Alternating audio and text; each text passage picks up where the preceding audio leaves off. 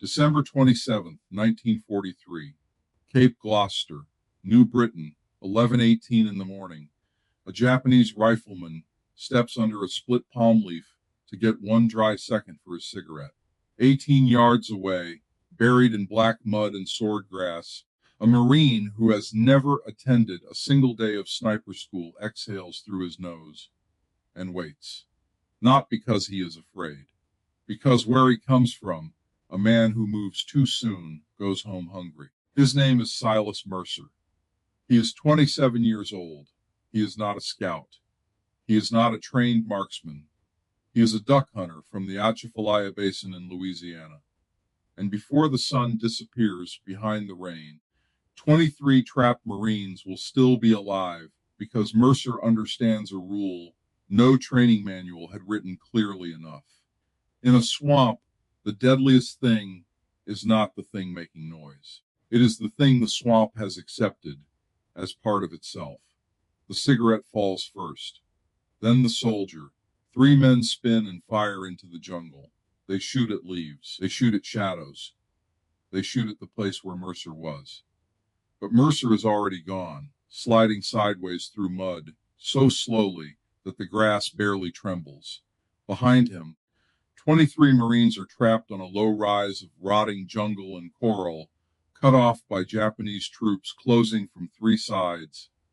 No working radio, no artillery contact, no air support in weather that has swallowed the sky. 5 grenades, 1 Browning automatic rifle with less than 200 rounds, and riflemen counting clips with the quiet fear of men who know every shot may be their last. By ordinary battlefield math, they should be overrun before dark. They are not. And the reason begins years earlier, before the war, before the Marines, before New Britain, in a place where cypress trees stood in black water, and an old man taught a boy that ducks do not fear guns first. They fear movement. To understand what Silas Mercer did in that rain, you have to understand the island that tried to kill everyone on it. Cape Gloucester was not a battlefield built for clean lines on a map. It was wet jungle, razor coral, kunai grass taller than a man, swamp trails that vanished under boot prints, rain that turned foxholes into bowls of brown water and made rifles feel alive with rust. The Marine planners wanted airfields. The Japanese defenders wanted time.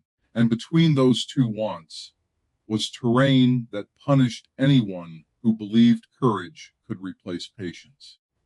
Mercer's platoon had been pushing along a flooded trail west of the main advance when the jungle opened on them from 3 directions. Mortars came first.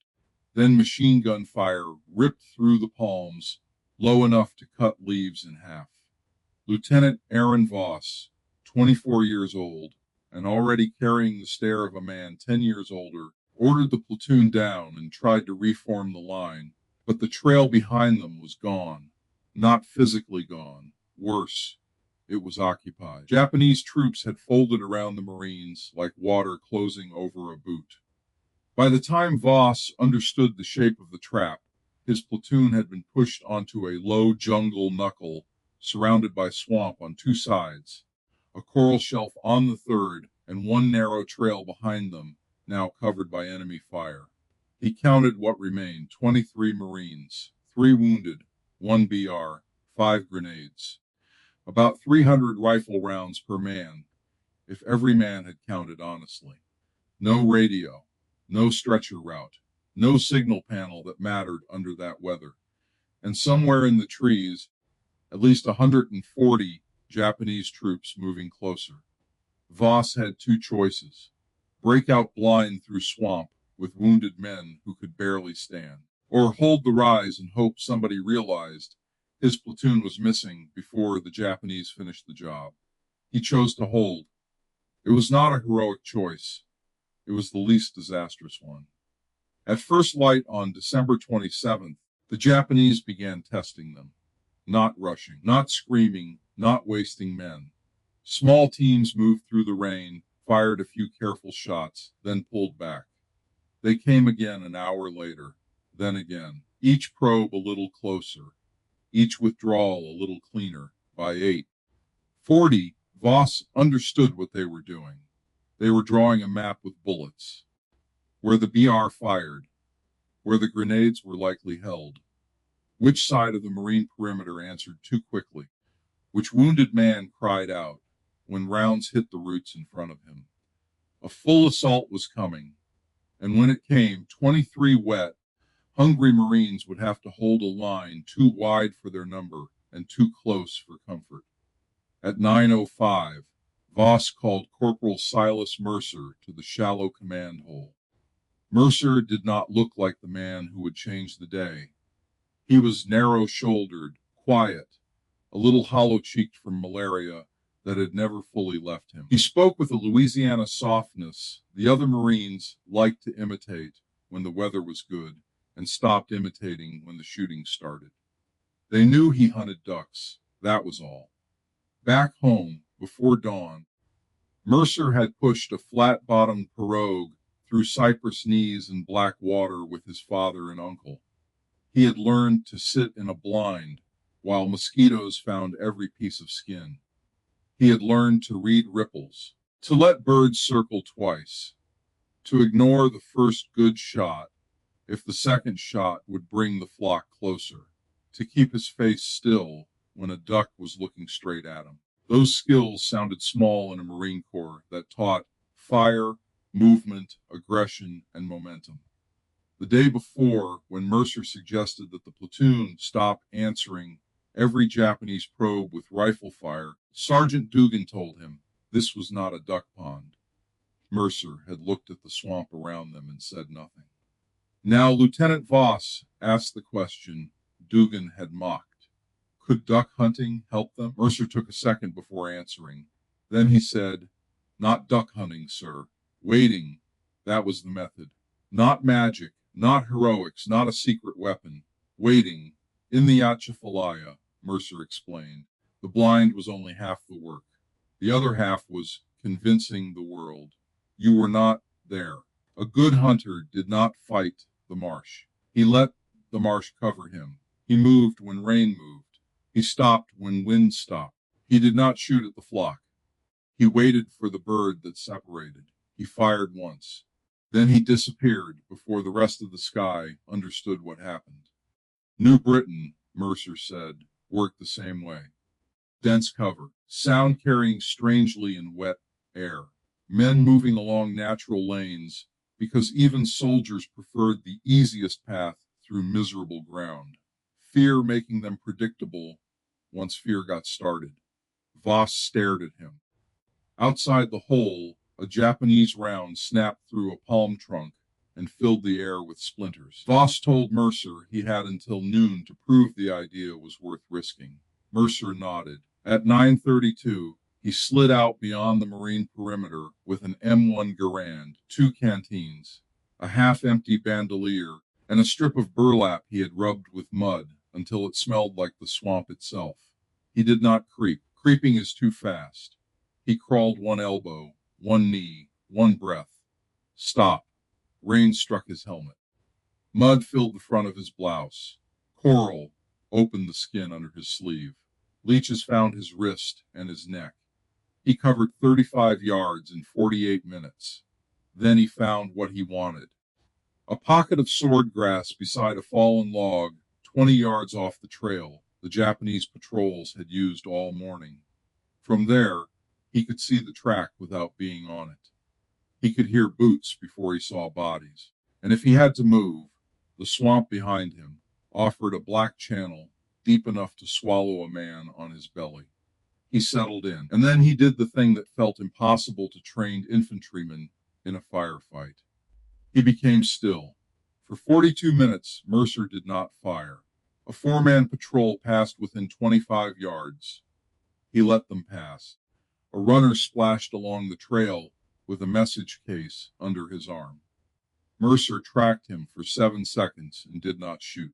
A Japanese corporal stopped so close that Mercer could see the rain collecting on the man's chin strap. Mercer did not move. Later, Lieutenant Voss asked why he had let so many targets go. Mercer told him the first lesson of duck hunting. Never educate the flock for a bird you do not need. At 11:18, the right target appeared. 4 Japanese soldiers moving back from the marine perimeter. 3 walked ahead, talking low. The 4th stopped under a palm leaf and cupped both hands around a cigarette. For the first time all morning, one man was alone enough, still enough, turned wrong enough. Mercer raised the Garand by inches. 1 shot. The cigarette dropped into mud. The soldier collapsed without a cry. Mercer rolled left into the black channel and pressed his face against wet roots before the other 3 had even turned. They fired toward the muzzle flash. Too high, too late, too loud. Rounds cut the sword grass where he had been. Mud jumped beside his shoulder. Mercer did not answer. The 3 soldiers came back carefully, their rifles moving in little jerks as they searched the grass. 1 knelt beside the fallen man. 2 stood guard, facing away from the channel, because men under stress look where they expect danger to be. Mercer waited until the kneeling man's helmet filled the notch between 2 roots. 1 shot. The soldier folded over the first. The other 2 broke apart, one to the left of the trail, one to the right. Mercer did not chase the left man. Chasing is how hunters become visible. He tracked the right man through a break in the grass and fired at 29 yards. The man fell hard. Then Mercer stopped. For 9 minutes nothing moved except rain. The 4th soldier, the one who had gone left, finally crawled back toward the bodies, trying to see what had happened. Mercer let him come halfway into the trail. 1 shot, 4 soldiers, 4 rounds, no marine exposed, no position fixed. Mercer moved 70 feet through water, black enough to hide his entire body, and found a second pocket of cover beneath a broken pandanus root. Behind him on the rise, Lieutenant Voss had heard the 4 shots across nearly an hour. He could see 2 bodies from the perimeter. He could not see Mercer. That was the point. At 12:10, the Japanese stopped sending casual probes. They had found the bodies. They understood something was between their line and the Marines, and they responded like disciplined soldiers. 15 men entered the jungle in a staggered sweep, moving slow, rifles ready, pairs covering pairs, eyes low, eyes high, looking for the shooter. Mercer saw them from 60 yards away. He counted them. 15. Too many, too alert. Bad angle, bad ground. So he did what every good marsh hunter learns to do when the sky fills with birds you cannot safely shoot. He became part of the blind, not hidden behind it. Part of it. The sweep came straight toward him. Boots pressed into mud 3 feet from his face. A bayonet tip passed close enough to touch the grass above his helmet. 1 soldier stopped and looked directly at the fallen log. Mercer let a mosquito crawl into the corner of his eye. He did not blink. The soldier moved on. The sweep pushed through to the marine perimeter, traded fire for 6 minutes, and pulled back with 2 men missing. On the return, the line passed Mercer again. 13 men now. He still did not fire. That restraint mattered more than the kills, because the Japanese had swept the exact patch of jungle where the shooter was hiding and found nothing. To them, that meant he had not been there. But he had. And once that idea enters a soldier's mind, the jungle changes shape. At 1:05, a 6-man patrol moved up the trail differently. Slower, angrier, no talking, stopping every 10 yards to listen. They were not mapping the Marines now. They were hunting Mercer. He let all 6 pass. Then he fired once into the last man in the column at 26 yards. The patrol exploded into motion. 2 fired left, 2 fired right. 1 dragged the dead man by the collar. Nobody fired where Mercer was, because Mercer had already slipped behind a root ball and was watching them from the wrong side of their fear. This was the first clear turn in the fight. The Japanese still had the numbers. They still had the Marines surrounded.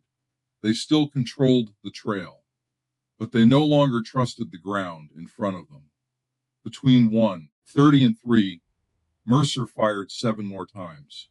Not quickly, not dramatically, not like a sniper in a war poster, one shot at a messenger kneeling to tie a bootlace.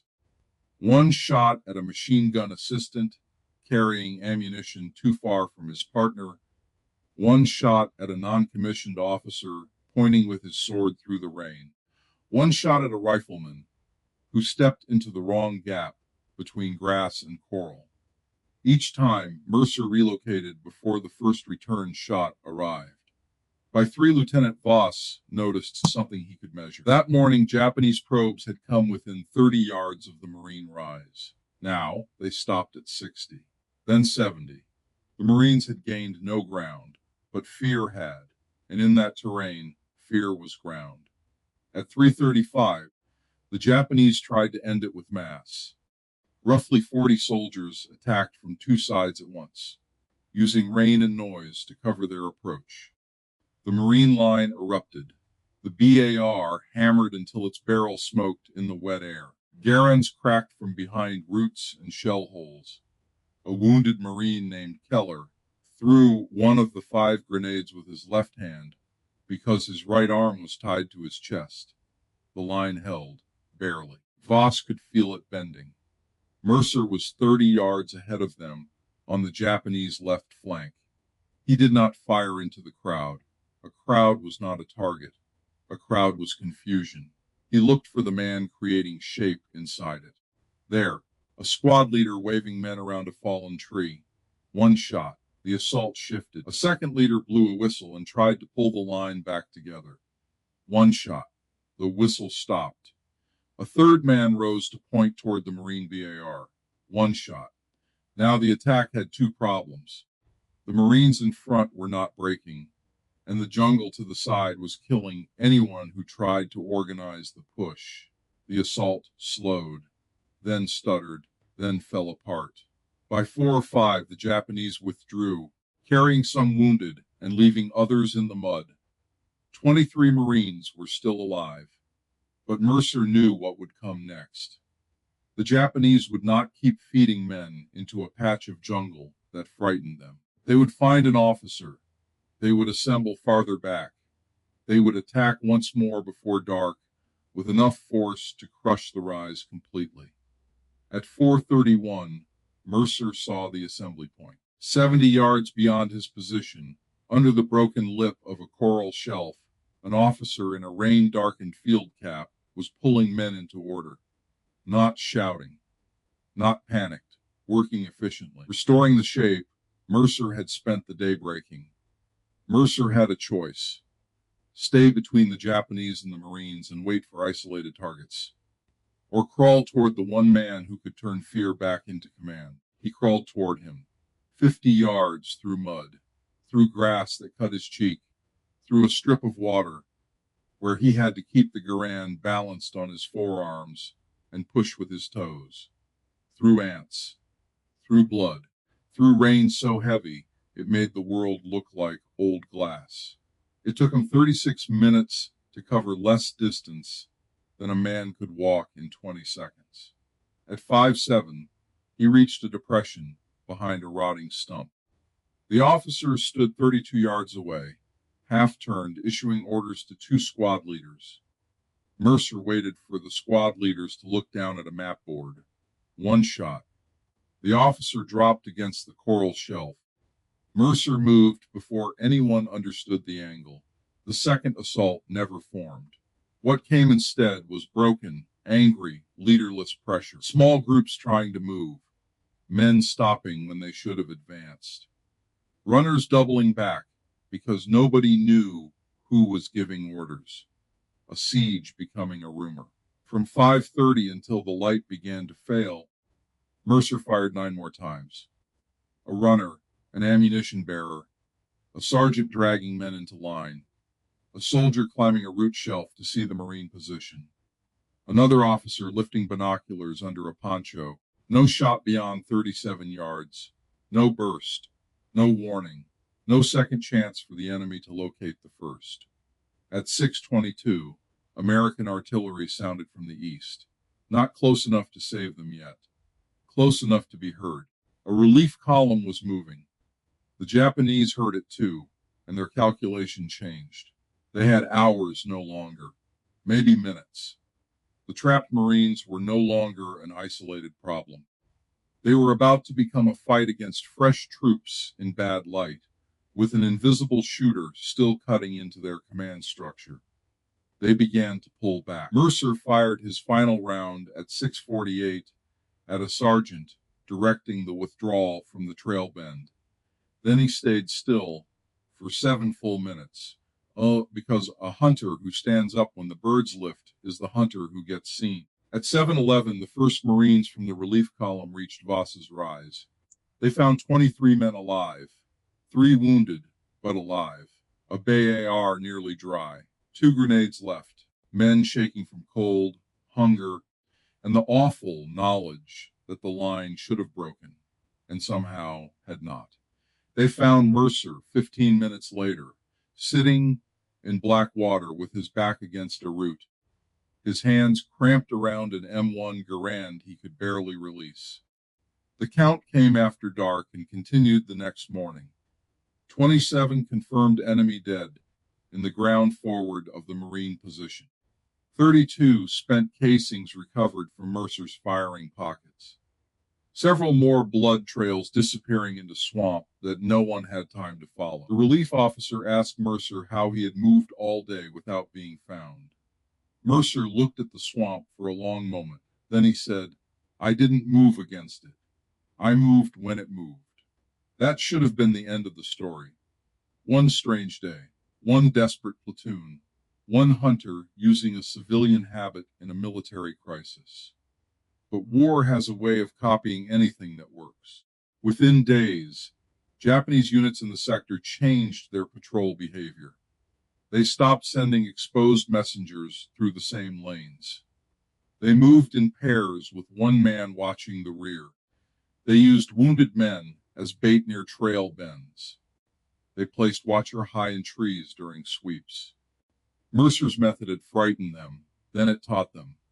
And that created a new problem for the Marines. Because a trick is only a trick the first time. After that, it becomes a contest. Lieutenant Voss understood this faster than some officers above him. He wrote in his field notes that the lesson was not make every Marine a sniper. That was too simple. The lesson was that close jungle fighting punished movement more than it rewarded volume. A man who could read terrain, stay still, and fire once from the correct place could change the behavior of a larger force. Some officers listened. Others hated the sound of it. To them it smelled like passivity, like hiding, like the kind of thinking that made men hesitate when they should close with the enemy. A battalion staff officer wrote that Mercer's actions were exceptional but non-instructive, a phrase that sounds reasonable until you understand what it means. It means the result happened. But the institution did not want to be responsible for learning from it. 8 days later, the argument ended in the rain. There was a ridge the maps called Target Spur, a ragged rise of coral and jungle controlling a flooded trail the Marines needed open. 3 attacks had gone in, 3 had come back broken. 41 Marine casualties. No useful ground taken. 2 Japanese machine guns covered the obvious approach, and every attempt to flank them ran into swamp so thick that officers marked it impassable. Mercer asked to look at it before the 4th attack. The request was denied.